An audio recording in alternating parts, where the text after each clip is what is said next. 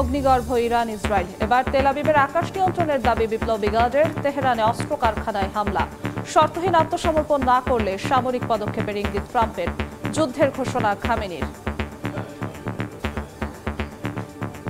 خودشون رو قربانی امیال حیوانی نتانیاهو نکنن. The IDF will continue to operate with precision, strength and resolve to ensure the safety of the people of Israel.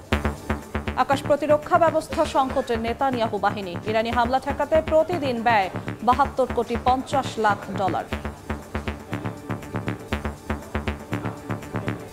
বিশ্ববাজারে আরেক দফা বাড়ল জ্বালানি তেলের দাম। পতনের মুখে মার্কিন শেয়ার বাজার।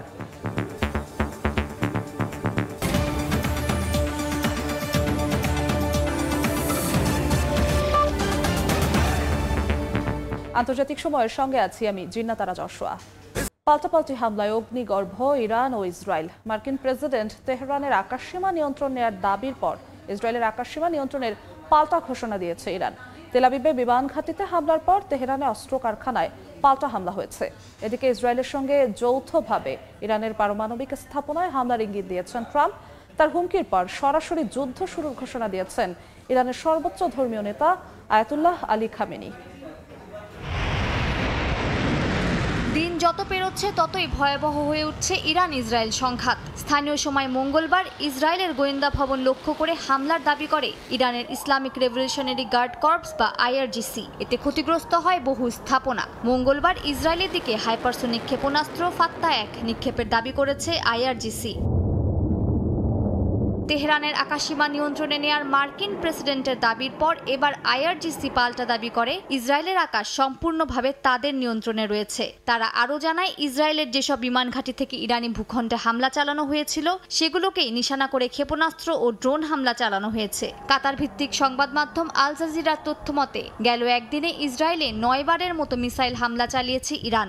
যদিও ক্ষেপণাস্ত্রের সংখ্যা কমছে বলে জানায় Israel. عملیاتی که تاکنون اجرا شده صرفاً هشدار برای بازدارندگی بوده است و عملیات تنبیهی به زودی اجرا خواهد شد.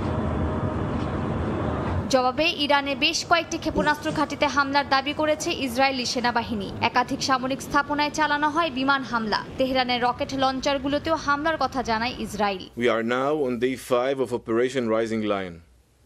We've struck deep, hitting Iran's nuclear, ballistic and command capabilities.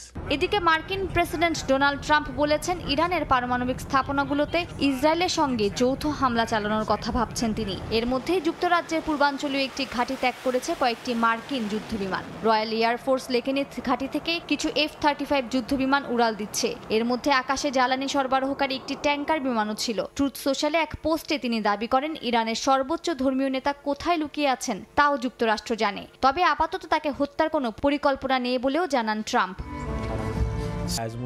ট্রাম্পের হুমকির পর এবার সরাসরি যুদ্ধের ঘোষণা দিয়েছেন ইরানের সর্বোচ্চ ধর্মীয় নেতা আয়াতুল্লাহ আলী খামেনি। সামাজিক যোগাযোগ মাধ্যমের এক পোস্টে তিনি জানান যুদ্ধ কেবল শুরু।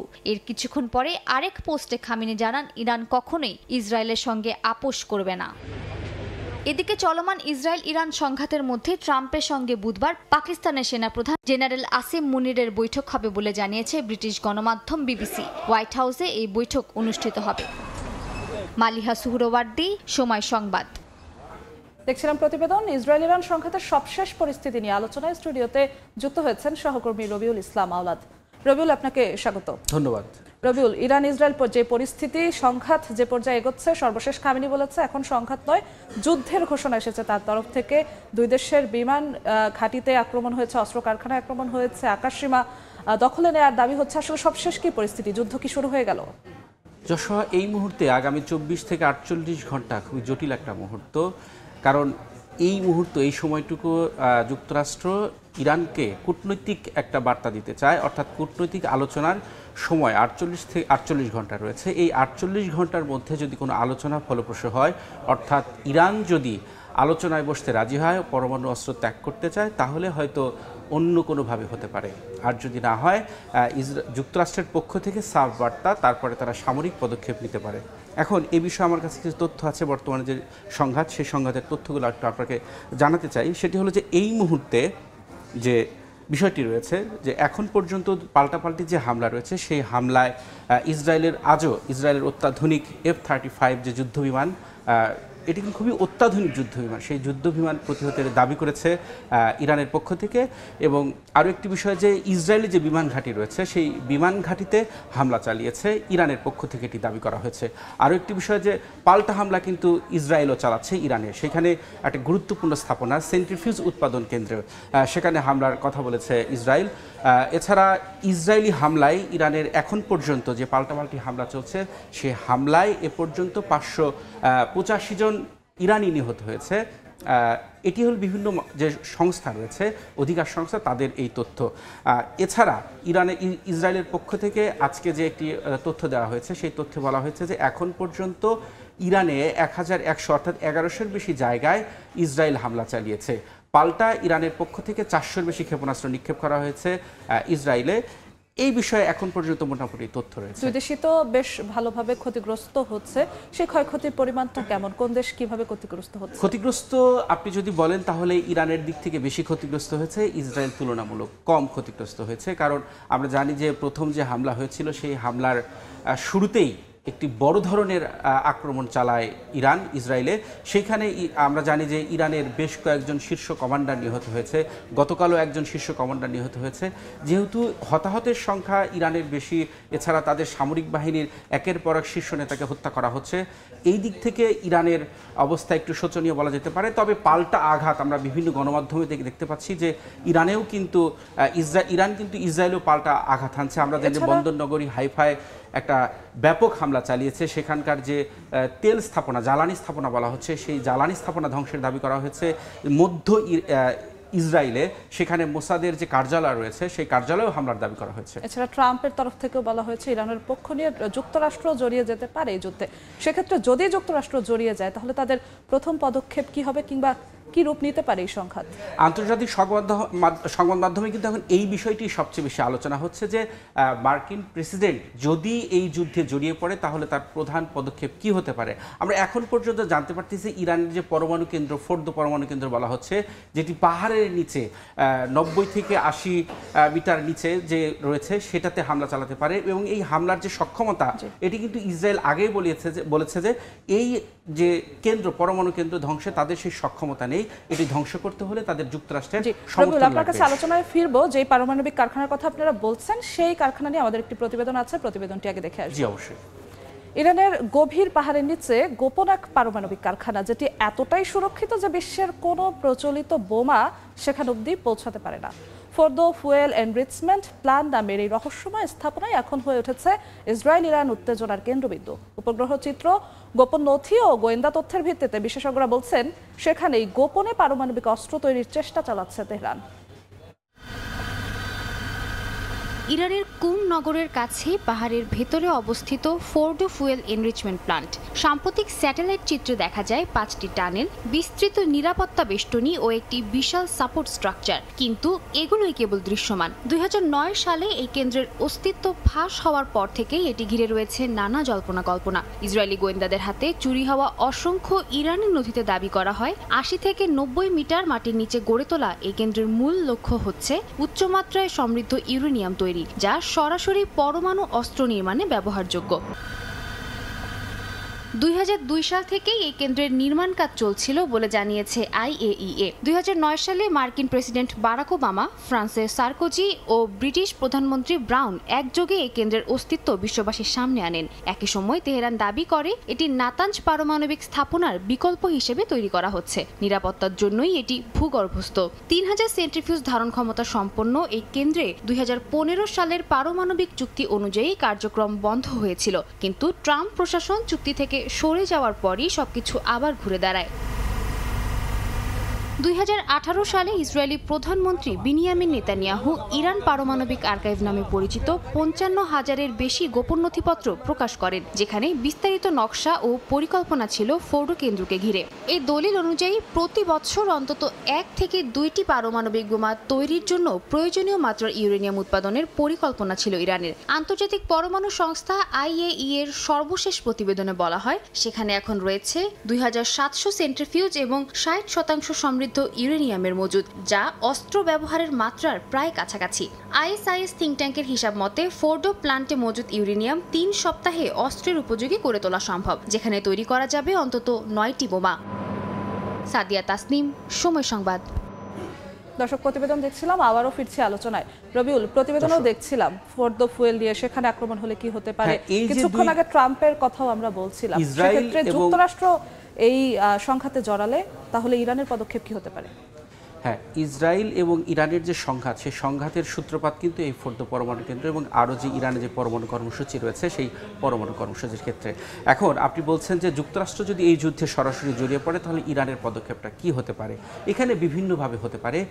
মধ্যপ্রাচ্যে যে ইরানের যে সামরিক স্থাপনা রয়েছে, মধ্যপ্রাচ্যে যে যুক্তরাষ্ট্রের যে মার্কিন সামরিক ঘাঁটিগুলো রয়েছে, সেই সামরিক ঘাঁটিগুলো লক্ষ্যবস্তু করতে পারে ইরান, এমনটা হুমকি দেওয়া হয়েছে। এছাড়া ইরানপন্থী যে সশস্ত্র গোষ্ঠীগুলো রয়েছে বিভিন্ন দেশে, বিশেষ করে ইরাক, সিরিয়া এবং লেবাননে এবং ইয়েমেনের যে হাউথি বিদ্রোহী গোষ্ঠী রয়েছে, তারাও হয়তো এই যুদ্ধে জড়িয়ে পড়তে পারে। অর্থাৎ এই হামলা এবং এই সংঘাত শুধুমাত্র যে ইরান এবং যুক্তরাষ্ট্রের মধ্যেই, ইরান, যুক্তরাষ্ট্র এবং তেহরানের ইসরায়েলের মধ্যে যে থাকবে তা নয়, এটা পুরো অঞ্চলে ছড়িয়ে পড়তে পারে। আরও একটি বিষয় রয়েছে যে আপনি জানেন যে হরমুজ প্রণালী, যেটি আন্তর্জাতিক বাণিজ্যের একটি প্রাণ বলা হয়ে থাকে, এবং সেই হরমুজ প্রণালীতে সব ধরনের জাহাজ চলাচল বন্ধ করে দেওয়ার একটা হুমকি দিয়েছে ইরানের পক্ষে। মধ্যপ্রাচ্যকে কিন্তু অনেকটা বলা হয় যে বিশ্ব অর্থনীতির প্রাণকেন্দ্র বলা হয়।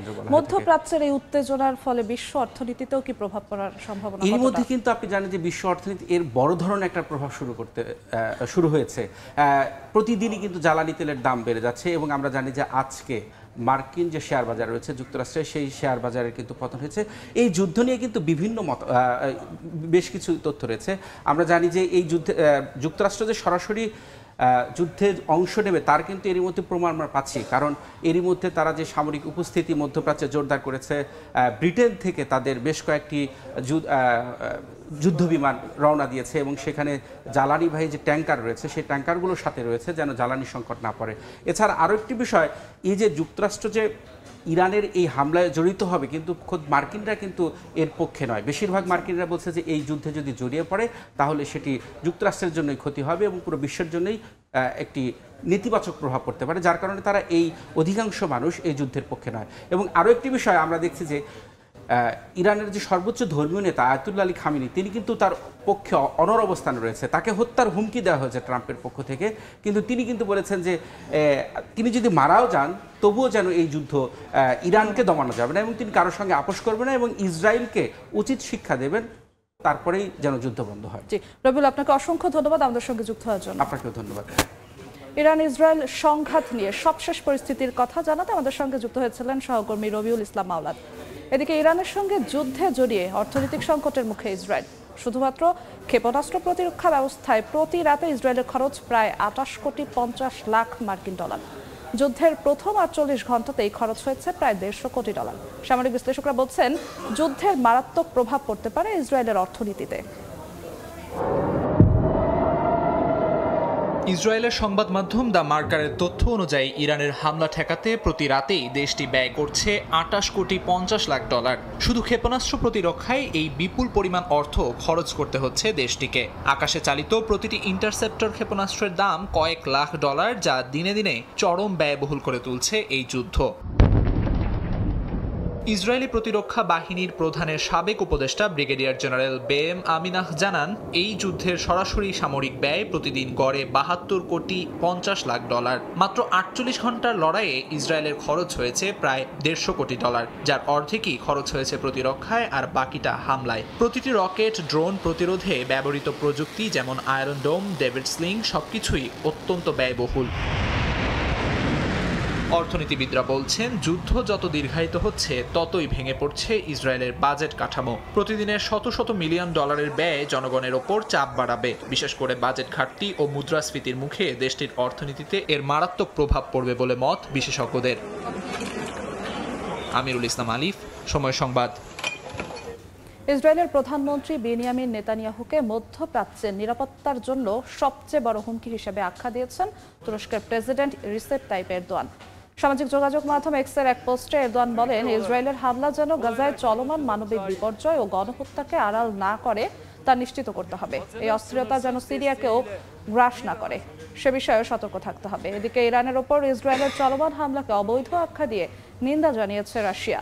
মঙ্গলবার টেলিগ্রামে দেয়া এক বিবৃতিতে তথ্য জানায় রুশ পররাষ্ট্র মন্ত্রণালয়। পাশাপাশি ইসরায়েলি হামলায় ইরানের পারমাণবিক স্থাপনাগুলোর কোনো ক্ষতি হয়েছে কিনা তা নিয়ে IAEA এর পক্ষ থেকে নিরপেক্ষ বিশ্লেষণের আহ্বান জানায় মস্কো।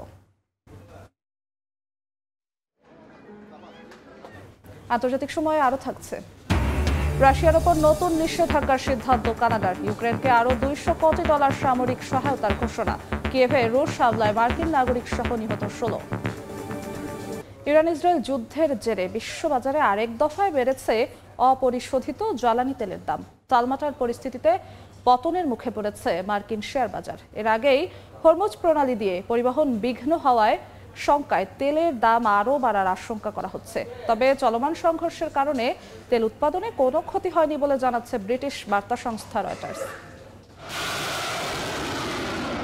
দিন দিনই জোরালো হচ্ছে ইরান ইসরায়েল যুদ্ধ। প্রত্যক্ষ ও পরোক্ষভাবে জড়িয়ে পড়ছে বিশ্বের বিভিন্ন দেশ। এর মধ্যেই মঙ্গলবার মার্কিন প্রেসিডেন্ট ট্রাম্পের হুমকি তেহরানকে নিঃশর্ত আত্মসমর্পণ করতে হবে। ইরানের পারমাণবিক স্থাপনাগুলোতে ইসরায়েলের সঙ্গে যৌথ হামলা চালানোর কথা ভাবছেন বলেও জানান তিনি। দাবি করেন ইরানের আকাশসীমা পুরোপুরি নিয়ন্ত্রণে নেয়ার।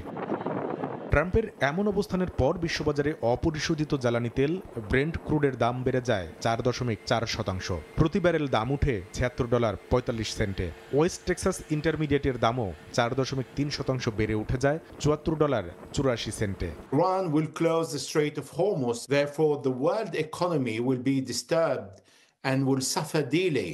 Everything will stop and people will panic, and then this is going to create a worldwide crisis, economic crisis.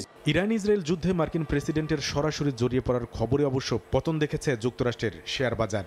S&P 500 সূচক কমে যায় 0.84%, আর নাসদাক কম্পোজিট কমে 0.91%। এমন খবরই দিয়েছে বার্তা সংস্থা আল জাজিরা।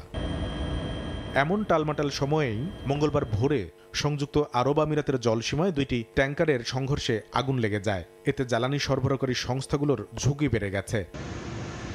এর আগে শিল্প খাতের এক সূত্রের বরাতে মঙ্গলবার ব্রিটিশ বার্তা সংস্থা রয়টার্স জানিয়েছে চলমান সংঘর্ষের ফলে তেল উৎপাদনে কোনো ক্ষতি হয়নি।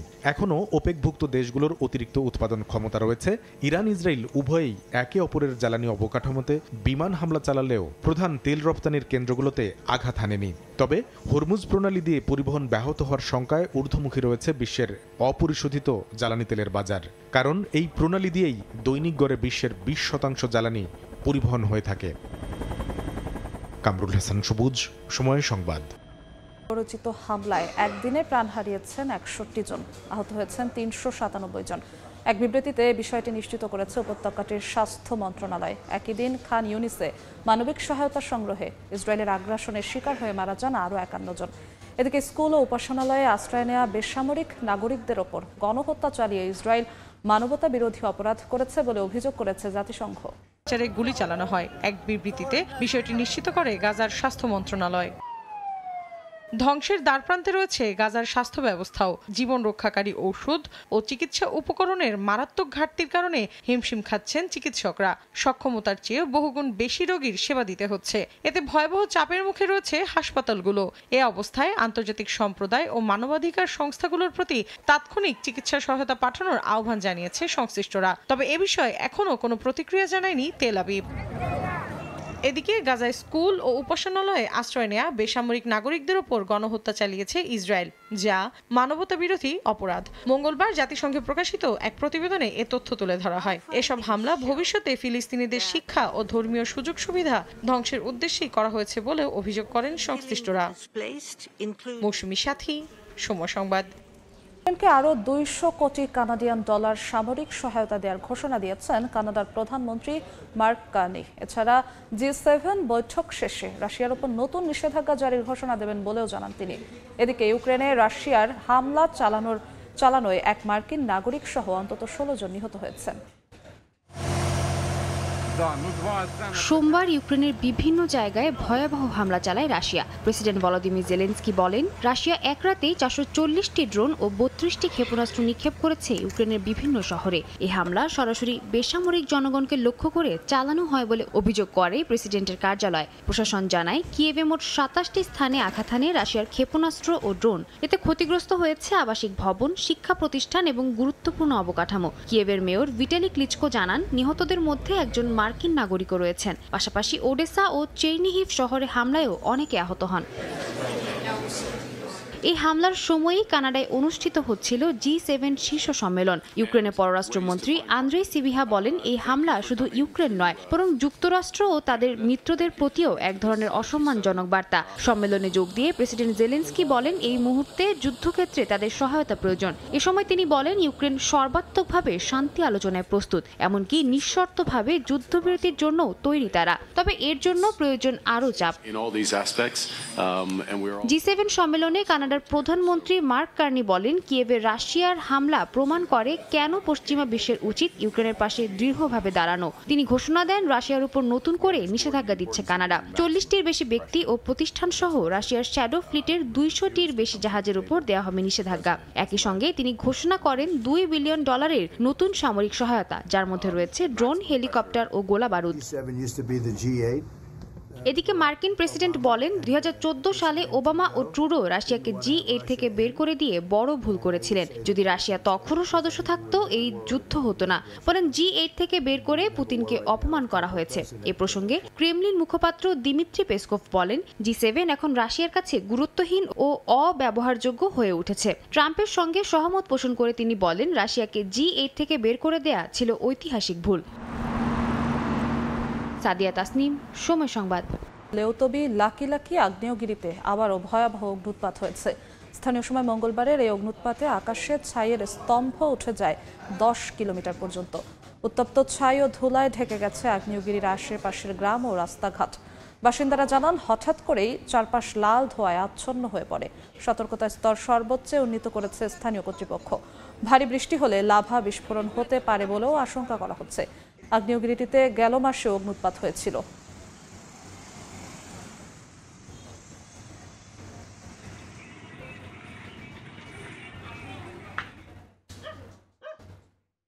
ভারতের গুজরাটে বন্যার পানিতে একটি গাড়ি ভেসে যাওয়ার ঘটনায় 3 জনের মৃত্যু হয়েছে। স্থানীয় সময় মঙ্গলবার 9 জন যাত্রী সহ একটি গাড়ি প্রবল স্রোতে ভেসে যায়। পরদিন উদ্ধারকারীরা নদী থেকে 3 জনের মরদেহ উদ্ধার করে। বেঁচে ফিরেছেন 2 জন, এখনও নিখোঁজ রয়েছেন বাকিরা। উদ্ধার কাজ অব্যাহত রয়েছে বলে জানিয়েছে স্থানীয় কর্তৃপক্ষ। ভারতে কৃষি নির্ভর বিশাল জনগোষ্ঠী বৃষ্টির ওপর নির্ভরশীল হলেও অতিবৃষ্টিতে দুর্বল নিষ্কাশন ব্যবস্থার কারণে প্রায়শই দেখা দেয় ভয়াবহ জলাবদ্ধতা ও বন্যা।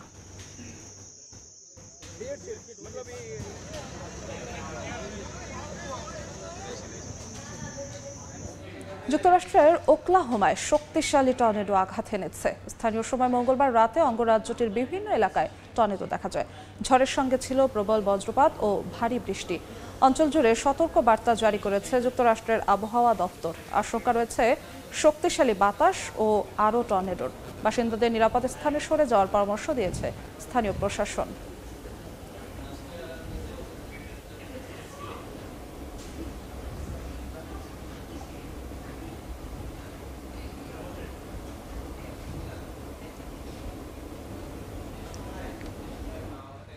আন্তর্জাতিক সময়। টিকটক নিষিদ্ধে কংগ্রেসের আইনের বাস্তবায়ন আবারও 90 দিনের জন্য স্থগিত করেছেন মার্কিন প্রেসিডেন্ট ডোনাল্ড ট্রাম্প। এ নিয়ে তৃতীয়বারের মতো পেছালো যুক্তরাষ্ট্রে টিকটক স্থগিতের বিষয়টি। প্রেস সেক্রেটারি ক্যারোলাইন লিভিট বলেন, জনগণ যাতে নিরাপদে টিকটক ব্যবহার করতে পারে তা নিশ্চিত করতেই এই সময় দরকার। তবে এ নিয়ে কংগ্রেসে ক্ষোভ বাড়ছে। সেনেটররা বলছেন, আইনের বাস্তবায়ন চান তারা। অন্যদিকে চীনের অনুমোদন ছাড়া চুক্তি হবে না বলে সাফ জানিয়ে দিয়েছে টিকটকের মালিক ByteDance।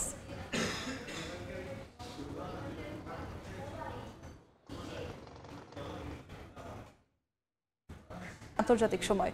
পেরুর লিমায় 1000 বছরের পুরনো এক নারীর মমির সন্ধান পাওয়া গেছে। ক্যালিদা গ্যাস কোম্পানি জানায়, মঙ্গলবার লিমার পুয়েন্তে পিয়েদ্রা এলাকায় পাইপলাইন বসানোর সময় হঠাৎ মাটির নিচে মমিটি পাওয়া যায়। সঙ্গে সঙ্গে কাজ বন্ধ করে খনন শুরু করে বিশেষজ্ঞ দল। প্রত্নতাত্ত্বিকরা জানান, মমিটি 20 থেকে 25 বছর বয়সী এক নারীর, যার সঙ্গে পাওয়া গেছে পাত্র ও সামুদ্রিক খাবারের চিহ্ন। ধারণা করা হচ্ছে তিনি চানকাই সভ্যতার সদস্য ছিলেন। চানকাই ছিল প্রাক হিস্পানিক এক সভ্যতা, যারা 1000 থেকে 1470 খ্রিস্টাব্দ পর্যন্ত পেরুর মধ্য উপকূলে বিস্তৃত ছিল। ইনকা সাম্রাজ্যের আগমনে তাদের অবসান ঘটে।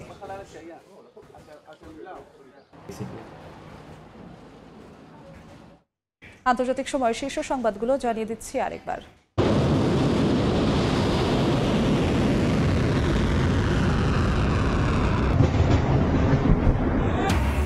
অগ্নিগর্ভ ইরান ইসরায়েল, এবার তেল আবিবের আকাশ নিয়ন্ত্রণের দাবি বিপ্লবী গার্ডের। তেহরানে অস্ত্র কারখানায় হামলা। সামরিক পদক্ষেপের ইঙ্গিত ট্রাম্পের, যুদ্ধের ঘোষণা খামেনির। রাশিয়ার উপর নতুন নিষেধাজ্ঞার সিদ্ধান্ত কানাডার। ইউক্রেনকে আরও $200 কোটি সামরিক সহায়তার ঘোষণা। কিয়েভে রুশ হামলায় মার্কিন নাগরিক সহ নিহত 16। এবং ইন্দোনেশিয়ার লাকি আগ্নেয়গিরিতে আবারও ভয়াবহ অগ্নুৎপাত। 10 কিলোমিটার পর্যন্ত ছড়িয়েছে ছাইয়ের কুণ্ডলী। বহু ফ্লাইট বাতিল, সর্বোচ্চ সতর্কতা জারি।